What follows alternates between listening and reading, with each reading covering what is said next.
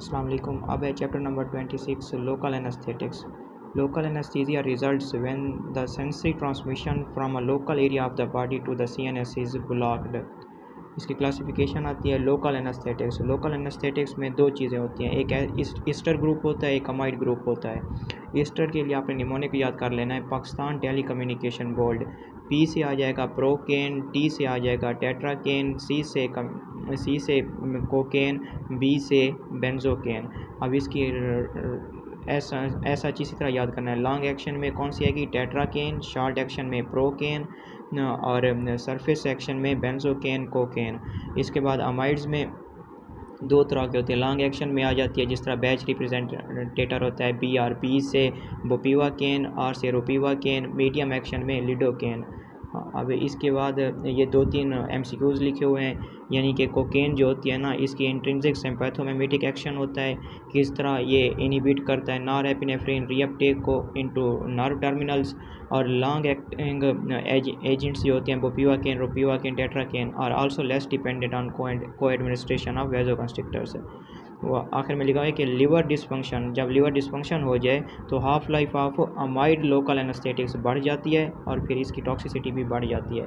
इसके बाद मैं मैकेनिज्म ऑफ एक्शन और फार्माकोलॉजी के इफेक्ट्स इधर बताऊंगा और इसके क्लिनिकल यूजेज और टॉक्सिसिटी हमने टेबल से करनी है।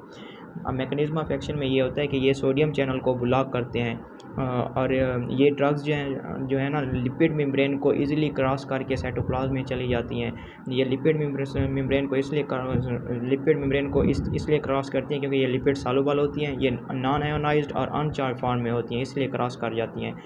जब ये क्रॉस कर जाती हैं, once inside the axon the ionized charge form of the drug is the more effective blocking entity, यानी कि ये अनचार्ज फॉर्म में मेम्ब्रेन को क्रॉस करती है और जब मेम्ब्रेन क्रॉस कर जाती है तो आयोनाइज्ड फॉर्म में ये अपना एक्शन परफॉर्म करती है।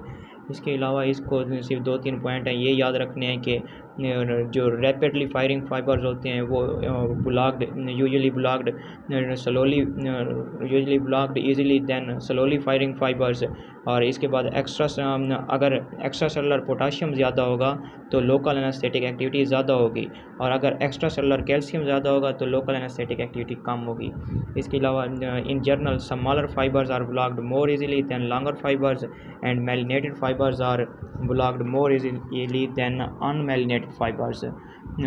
इसके अलावा के एक्टिवेटेड जो पेन फाइबर्स होते हैं ये क्या करते हैं, pain sensation appears to be selectively blocked by local anaesthetics.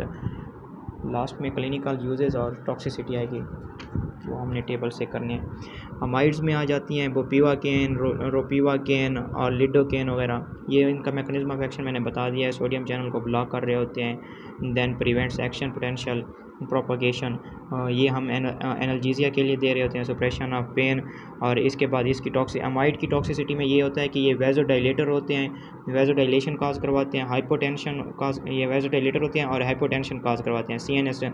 CNS excitation, scissor, cardio यानी कार्डियो CVS पे इसका ये होता है कि ये वेजोडाइलेशन करवा रहे होते हैं, अरिथमिया वगैरह, अरिथमिया भी काज करवाते हैं। ईस्टर्स में हमने बेंजोकेन, कोकेन, प्रोकेन, टेट्राकेन ये ड्रग्स याद करनी है। ये इनकी कोकेन की मैंने बताया था इंट्रिंसिक सिम्पैथोमिमेटिक एक्टिविटी ये ज़्यादा होती है और बाकियों का एक्शन वही होगा, ब्लॉकेज ऑफ सोडियम चैनल्स। और ये एनाल्जेसिया के लिए दे रहे होते हैं, इसमें भी CNS एक्शंस होगा, ठीक है ना, डिप्रेसेंट एक्शन होगा। लेकिन जो कोकेन है ये वेजो कंस्ट्रिक्टर होती है और ये हाइपरटेंशन काज करवाती है, seizure and cardiac arrhythmias also. That's all about chapter number 26।